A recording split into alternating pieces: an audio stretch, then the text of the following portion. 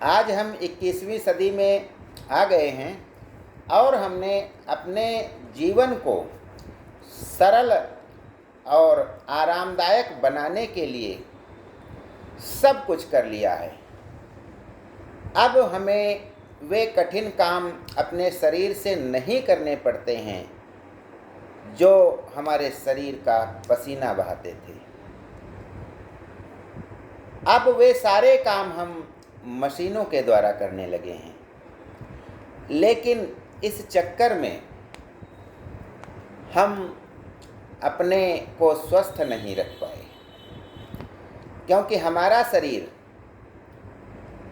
जो भोजन करता है, यानी हमारे शरीर में जब भोजन पहुंचाया जाता है तो उसके पहले कठिन परिश्रम करने की आवश्यकता होती है। हम परिश्रम तो छोड़ चुके हैं क्योंकि मशीनें आ गई हैं, और भोजन अच्छे से अच्छा हम करते जा रहे हैं। इसी की वजह से इसके साइड इफ़ेक्ट हम पर हावी हो गए हैं, जिसके कारण परिणाम यह हुआ है कि भारत का या संसार का कोई भी ऐसा परिवार नहीं है, कोई भी ऐसा व्यक्ति नहीं है जो प्रतिदिन कोई न कोई दवा न खाता हो। यानी हम दवा के सहारे चल रहे हैं, हम दवा पर आश्रित हो गए। आज जब हम बाहर जाते हैं तो हम अपनी दवा ले जाना नहीं भूलते हैं, जबकि पहले हम खाने पीने की चीज़ों को बांध करके अपने साथ ले जाते थे। ब्लड प्रेशर की बीमारी की दवा जीवन भर चलती है, शुगर की बीमारी उसकी दवा भी जीवन भर चलती है, दिल की बीमारी जो होती है उसकी दवा भी जीवन भर चलती है, और कैंसर की दवा तो मरने के बाद भी चलती है। जब कोई कैंसर का से पीड़ित व्यक्ति मर जाता है तो उसकी दवा भी उसकी चिता में जला दी जाती है कि अगले जन्म में कम से कम कैंसर ना हो। बहुत बड़ी बड़ी बीमारियां हमारे शरीर में घर कर गई हैं, और डॉक्टर हैं कि वे न तो बीमारियों को हमें बताते हैं और न तो उनके होने का कारण ही बताते हैं, और हमारी मेहनत की जो कमाई है उसका हरण कर लेते हैं, उसे लूट रहे हैं। जीवन भर की कमाई 2 दिन में डॉक्टर ले जाता है। तो इस संबंध में यदि हम विचार करते हैं तो पाते हैं कि हमें अपने शरीर को यदि स्वस्थ रखना है तो हम प्रकृति के नियमों से तालमेल बना करके चलेंगे, तभी हम स्वस्थ रह पाएंगे। और जो हमारी दिनचर्या बिगड़ी हुई है, जिसकी वजह से हमारे शरीर में बीमारियों ने घर बना लिया है, दिनचर्या को ठीक करके उन बीमारियों को हमें दूर भगाना है। कहा जाता है कि जब कोई वकील को आप कर लेते हैं, उसके साथ कोर्ट की सीढ़ियाँ चढ़ रहे होते हैं, तो दुश्मन से आप भले बच जाएं, लेकिन आप अपने ही वकील से नहीं बच सकते। वो आपकी सारी कमाई ले जाएगा किसी न किसी रूप में। ठीक उसी प्रकार से डॉक्टर भी होते हैं जो हमारी कमाई को ले जाते हैं। अब हमारा शरीर बना इस हिसाब से है कि इसको स्वस्थ रखने के लिए हमें विशेष कुछ नहीं करना है, हमें बस इसका थोड़ा सा ध्यान रखना है और प्रकृति के अनुरूप इसका संचालन करना है। तो स्वस्थ दिनचर्या जिसकी वजह से हमें स्वास्थ्य लाभ होंगे वो क्या है, इस बारे में हम आपसे चर्चा करते हैं। सबसे पहले आता है उठना, यानी नींद से जागना। इसके बारे में कहा गया है कि हमें ब्रह्म मुहूर्त में जागना चाहिए। जागना नहीं, उठना चाहिए। जाग जाते हैं हम, फिर भी बिस्तर में पड़े रहते हैं, यही तो गलत है। हमें ब्रह्म मुहूर्त में उठना चाहिए।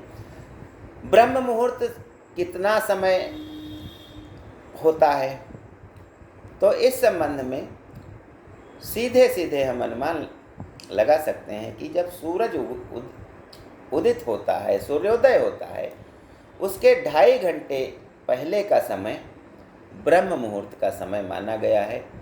हमारे ऋषि मुनि और गुरु जो भी शिक्षा देते थे, जंगलों में रहते थे, आश्रम चलाते थे, सब इस दिनचर्या का पालन करते थे।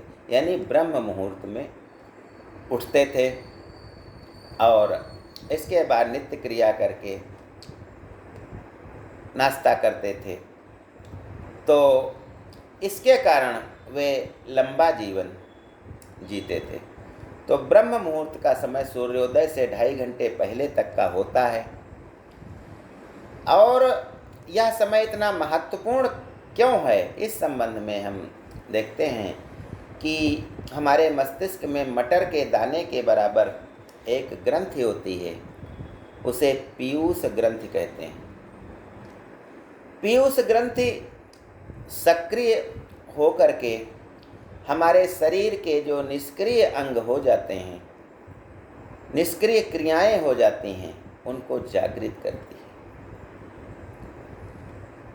लेकिन इसके सक्रिय होने का, इसके खुलने का समय होता है ब्रह्म मुहूर्त। यानी सूर्योदय से 2.5 घंटे पहले से लेकर के सूर्योदय तक पीयूष ग्रंथि सक्रिय रहती है, खुलती है।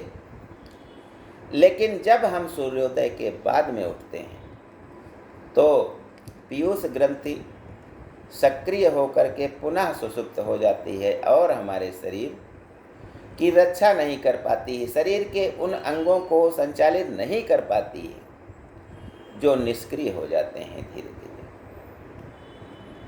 अब कहा गया है कि इंसुलिन जो होता है वह पैंक्रियाज से बनता है, पैंक्रियाज इंसुलिन बनाता है और इंसुलिन ही हमें शुगर की बीमारी से दूर रखता है। लेकिन पीयूष ग्रंथि जो इन पैंक्रियाज को सक्रियता प्रदान करती है, वह तो जग करके सो चुकी होती है जब हम उठते हैं। तो इसके कारण हमारा पैंक्रियाज गड़बड़ हो जाता है, इंसुलिन पर्याप्त मात्रा में बन ही नहीं पाता है और हम शुगर की बीमारी से ग्रसित हो जाते हैं। तो हमें हमारे शरीर को स्वस्थ रखने के लिए यह आवश्यक है कि हम ब्रह्म मुहूर्त में उठ जाएं। और यदि ऐसा न कर सके तो इसका विकल्प यह है कि सूर्योदय से 1 घंटे पहले तो हम अवश्य ही उठ जाएंगे, क्योंकि अपान वायु जो होती है वह सूर्योदय के 1 घंटे पहले से ही हमारे शरीर से निकलने लगती है, हमें उसका एहसास होने लगता है। और उस समय यदि हम उठकर नित्य क्रिया नहीं करते हैं, लैट्रिन नहीं जाते हैं, तो हमारा पेट साफ हो ही नहीं सकता।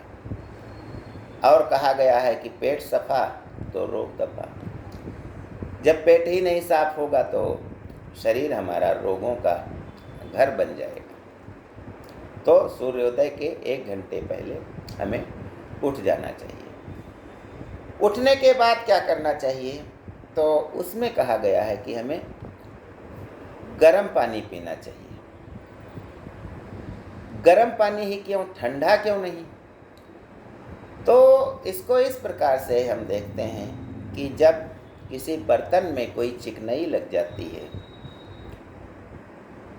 तो उसको साफ करने के लिए गर्म पानी का प्रयोग किया जाता है। हम अपने शरीर को ऊपर से तो देख लेते हैं, धो लेते हैं, लेकिन अंदर जो हम तेल खाते हैं, घी खाते हैं, चिकनाई युक्त जो भी आहार लेते हैं, उसकी सफाई के लिए गर्म पानी ही आवश्यक होता है। जब वह शरीर में जाएगा तो मुंह से लेकर के आंत तक, बड़ी आंत तक सब कुछ साफ कर देगा।